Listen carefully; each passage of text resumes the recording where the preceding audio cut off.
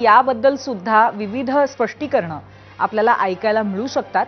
दरम्यान आज पोलिसांना कोर्टाने खरातचा ताबा वाढवून दिलेला आहे। तो का? तर सरकारी वकील अजय मिसर, आरोपीचे वकील संजय भाटे यांनी नक्की काय युक्तिवाद आज केला होता ते आपण पाहणार आहोत। जाणून घेऊयात ग्राफिक्सच्या माध्यमातून जाऊयात मीडिया सेंटरला। तर सुनावणीच्या वेळी कोर्टामध्ये काय काय घडलं आपण बघतोय। सरकारी वकिलांनी युक्तिवाद केला की कॉस्मोलॉजीचा अभ्यास होता असं खरात सांगायचा। खरातकडे 6,53,000ची रोकड आणि लॅपटॉप मिळाल्याची माहिती त्यांनी दिली।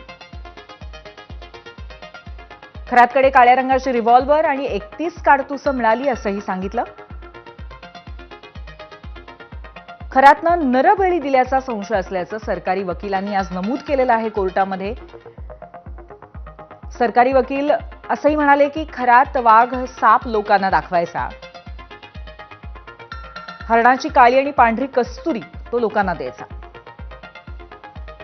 खरातने हरणाची हत्या केल्याचा संशय असल्याचंही सरकारी वकिलांनी आज म्हटलंय। खरातवर वन कायदा लागू होऊ शकतो असंही त्यांनी आज आर्ग्युमेंट केलेली आहे, युक्तिवाद केलाय। यावरती आरोपीचे वकील म्हणजे खरातच्या वकिलांचा युक्तिवाद आपण बघतोय। खरातचा 7 दिवसांपासून तपास सुरू आहे। खरातला पुन्हा कोठडी वाढवण्याची गरज नाही असा आरोपीचे वकील युक्तिवाद करत होते। खरात प्रकरणी पेन ड्राईव्हचा कुठे उल्लेख नाहीये असं त्यांनी म्हटलेलं आहे। अजून कोणतीही कागदपत्र घेण्याचं बाकी नाहीये। रजिस्टर ऑफिसमधनं कागदपत्र मिळू शकतात, कोठडीची गरज नाही असा आरोपीचे वकील युक्तिवाद करताना म्हणाले। यावरती पीडिताच्या वकिलांनी पुढे युक्तिवाद केलेला आहे। आधी सरकारी वकिलांचा आपण बघितला, आता पीडितेचे वकील म्हणाले की खरातवरती लैंगिक छळ आणि फसवणुकीचा गुन्हा आहे। 7 दिवसांची कोठडी द्यावी कारण यातून समाजात संदेश जाईल असा एक मोठा महत्वाचा युक्तिवाद पीडितेच्या वकिलांनी केलेला आहे। आरोपी अशोक खरात यांनी असं म्हटलं की मला साप वाघाविषयी काही माहिती नाही।